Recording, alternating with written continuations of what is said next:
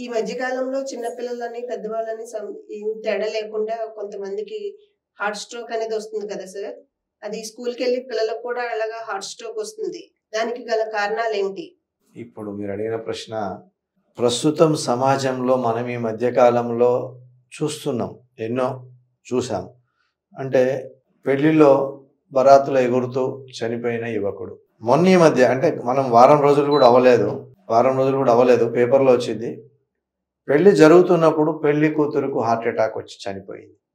అంటే చిన్న వయసు, అంటే 20 సంవత్సరాల నుంచి 30 సంవత్సరాల మధ్య కాలంలో వాళ్ళకే కాకుండా ఒక్కొక్కసారి మనకు 9, 10, 12 సంవత్సరాల పిల్లలలో కూడా స్కూల్లో ఆడుకుంటూ చనిపోతున్నారు పిల్లలు. అంటే క్రికెట్ ఆడుతూ పరిగెత్తి చనిపోయినారు. ఈ విధంగా మనం ఈ మధ్య కాలంలో అంటే ఈ కోవిడ్ తర్వాత కూడా మనం ఎక్కువగా హార్ట్ అటాక్స్ వింటున్నాం. దీనికి అనేక రకాల కారణాలు ఉన్నాయి.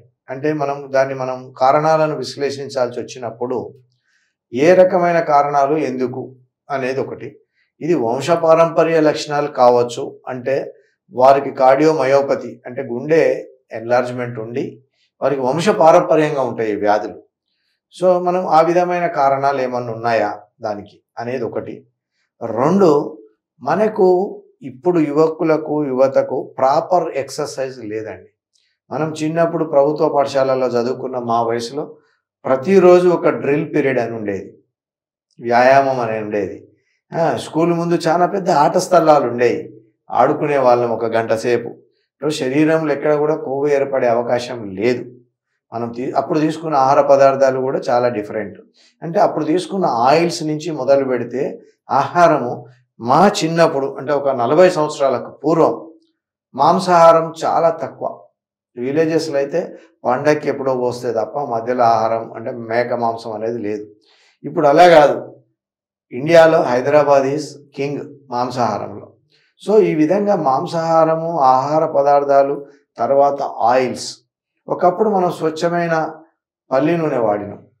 ఇప్పుడు ఈ రిఫైన్డ్ ఆయిల్ అని చేయటం వల్ల ఆయిల్ ఎప్పుడైతే రిఫైండ్ చేస్తున్నారో ఎన్నో రకాల కెమికల్స్ కలుస్తున్నాయి దాంట్లో. సో ఈ కెమికల్స్ ఫుడ్ తింటున్నాం, ఆహారం. సో ఈ విధంగా పూర్తిగా మనం తీసుకుంటున్న ఆహార విహారాలు ఏదైతుందో అదే మన జబ్బులకు కారణం. నిన్నగాక మొన్న మనం ఒక పేపర్లో చూసినాం, ఏ విధమైన అలవాట్లు లేవు 36 సంవత్సరాల యువకుడు క్యాన్సర్ తోటి చనిపోయిండు. అంటే అతను ఏం చేయలేదు. తర్వాత డాక్టర్లందరూ కూడా పరిశీలిస్తే తేలింది ఏంటంటే అతనికి స్మోకింగ్ అలవాటు లేదు, ఆల్కహాల్ అలవాటు లేదు, పెద్ద మాంసాహారం అలవాటు లేదు, ఏదీ లేదు. అతను చేసిందల్లా తప్పు. ఈ మధ్యకాలంలో మనం సోషల్ మీడియాలో చూస్తున్నాము, పేపర్స్లో కూడా చదివినాము. అతను చేసింది ఒకటే, రోజుకు 4-5 సార్లు టీ పేపర్ కప్పులలో తాగడం, ప్లాస్టిక్ కవర్లలో తెచ్చుకొని తాగడం, ప్లాస్టిక్ కవర్లలో ఫుడ్ తినడం. సో ప్లాస్టిక్ యూసేజ్ వల్ల క్యాన్సర్ పెరిగింది.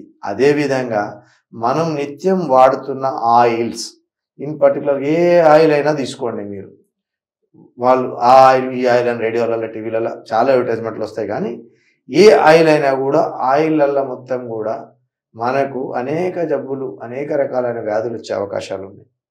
అంతేకాకుండా అసలు ఎక్సర్సైజ్ లేదు, వాకింగ్ లేదు పిల్లలలో.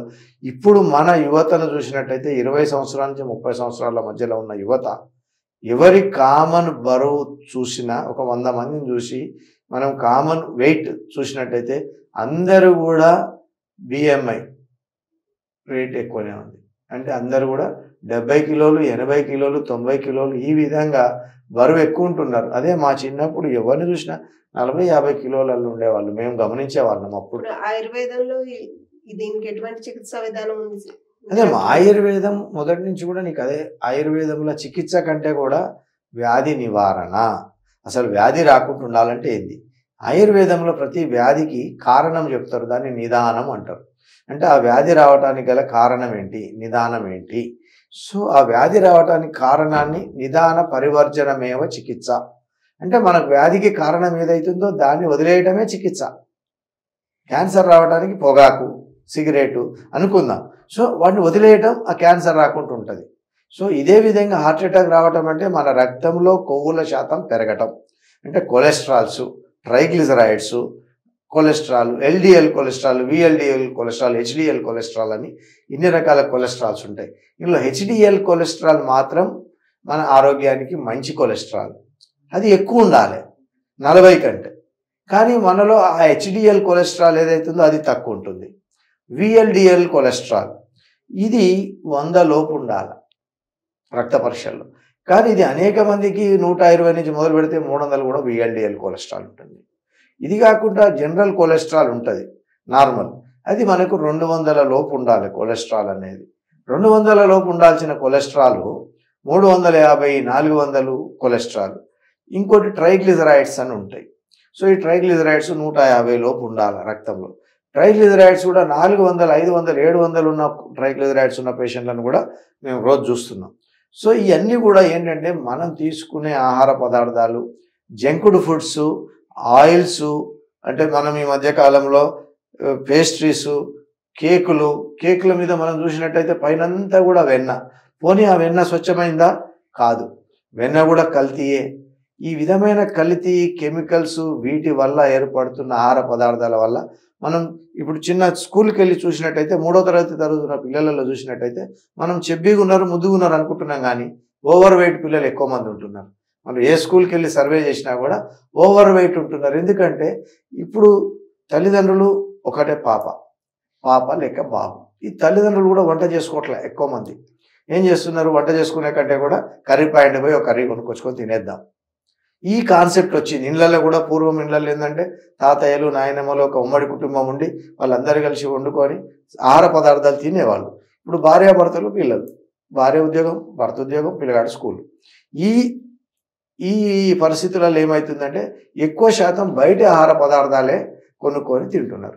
బయట ఆహార పదార్థాలు కొనుక్కున్నప్పుడు అమ్మ ఈ నూనె ఏదైతుందో మళ్ళీ తిరిగి వేడి చేయకూడదు.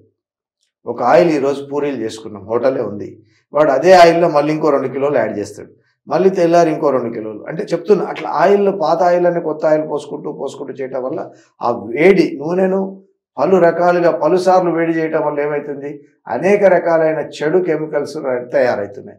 ఆ కెమికల్స్ తోటి వచ్చిన ఇబ్బందే ఇప్పుడు మనకు చిన్న పిల్లలకు, యువతకు కొలెస్ట్రాల్ లెవెల్స్ పెరిగిపోయి హార్ట్ అటాక్స్ పెరిగిపోవడానికి గల ముఖ్య కారణం 1 ఆహారము, 2 విహారం అంటే ఎక్సర్సైజ్ లేకపోవటం. హార్ట్ అటాక్ వచ్చే ముందు ఏమన్నా సిమ్టమ్స్ ఏమన్నా ఉంటాయా సార్? అంటే అందరికీ ఉండాలని లేదమ్మా. ఈ సిమ్టమ్స్ అంటే ఇది సైలెంట్ కిల్లర్. హార్ట్ అటాక్ అనేది సైలెంట్ కిల్లర్. ఇప్పుడు నిన్న కూడా మనం చూసినాం, అమ్మాయి పాపం పెళ్లి చేసుకుంటుంది, భర్త తాళి కట్టబోయేటప్పటికి ఆ అమ్మాయి పక్కకు పడిపోయింది. ఇది మనం సోషల్ మీడియాలో కూడా చూసినాం. సో సిమ్టమ్స్ ఏమి ఉండవండి కొంతమందికి. అంటే ఒక ఫ్యామిలీ హిస్టరీ ఉన్న వాళ్ళు రిపీటెడ్గా ఆరోగ్య పరీక్షలు చేయించుకోవాలి. అంతేకాకుండా 30 సంవత్సరాలు ఆరోగ్య చికిత్సలు చేయించుకుంటూ ఉండాలి ఫ్రీక్వెంట్గా. 30 years దాటిన వాళ్ళు ప్రతి సంవత్సరానికి ఒకసారి అన్ని రకాల ఆరోగ్య పరీక్షలు చెకప్ చేయించుకోవాలి. టోటల్ హెల్త్ చెకప్ అంటారు మనం. అదే 40 సంవత్సరాలు దాటింది ప్రతి 6 నెలలకు ఒకసారి హార్ట్ చెకప్, హెల్త్ చెకప్లు చేయించుకోవాలి. దాని ద్వారా మాత్రమే మనం నివారించవచ్చు. అన్ని వ్యాధుల నివారణ ఆయుర్వేదంలో కూడా చెప్తుందమ్మా. దినచర్య, ఋతుచర్య అంటే రోజు చేసే రిజిమ్, మనం ఋతువుల ప్రకారం చేసేది, తర్వాత మనం తీసుకోవాల్సిన ఆహారం, తీసుకోకూడని ఆహారం, వీటన్నిటిని మనం ఖచ్చితంగా పాటించి ప్రతి మనిషి రోజు మినిమం ఒక 45 నిమిషాలు 3 నుంచి 4 కిలోమీటర్లు నడిచినట్టయితే 70% వ్యాధుల్ని నివారించవచ్చు. ఇప్పుడు కార్పొరేట్ హాస్పిటల్స్ కి లేని వాళ్ళు, పేదవాళ్ళు అలా వెళ్తుంటే లక్షల ఫీజులు వసూలు చేస్తున్నారు సార్. మీ ఆయుర్వేదంలో ఎంతవరకు మీరు ట్రీట్మెంట్ ఎంతవరకు ఖర్చు అవుతుంది? అంటే ఈ హార్ట్ అటాక్ కానీ వేరే ఏదైనా నీరసాలు రావడం వల్ల అటువంటి వాటికి ఎంతవరకు ఖర్చు అవుతుంది అంటారు? అన్న, ఇక్కడ హార్ట్ అటాక్ అంటే ఏంటి? మనకు శరీరానికి మొత్తానికి రక్తాన్ని సరఫరా చేసేది గుండె. అయితే శరీరానికి మొత్తానికి రక్తం సరఫరా చేసే గుండెకు కూడా రక్తం అవసరం, దానికి రక్తం సరఫరా అవసరం. అంటే మన శరీరాన్ని మొత్తానికి ఆక్సిజన్ అందించేది రక్తం సరఫరా ద్వారా. ఈ గుండె పంపు ఒక మోటార్ లాగా పనిచేయటం వల్ల మనకు ఊపిరితిత్తుల నుంచి శుద్ధ రక్తం గుండెలోకి వెళ్తే ఆ శుద్ధ రక్తము అంటే ఆక్సిజనేటెడ్ బ్లడ్ మొత్తం శరీరం మొత్తానికి సప్లై చేయబడుతుంది.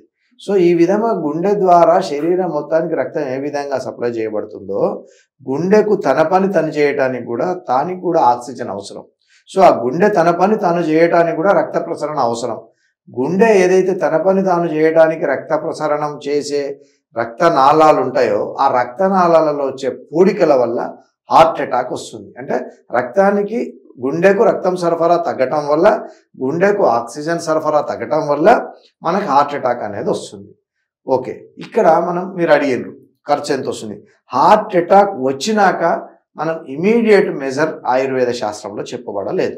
ఇమీడియట్గా అప్పుడు మోడ్రన్ అంటే ఆధునిక వైద్య పద్ధతుల ద్వారానే ఇమీడియట్గా దానికి తగిన చికిత్స, అంటే ఆ రక్తనాళాలలో పూడికపోయిన రక్తనాళాలు పూడికలు తీయటం, లేదా స్టంట్స్ చేయటం, లేదా ఒక్కొక్కసారి పూర్తిగా ఓపెన్ హార్ట్ సర్జరీ, సిఏబిజీ అంటారు, మనకు ఓపెన్ హార్ట్ సర్జరీ చేసి నివారణ చేయటం.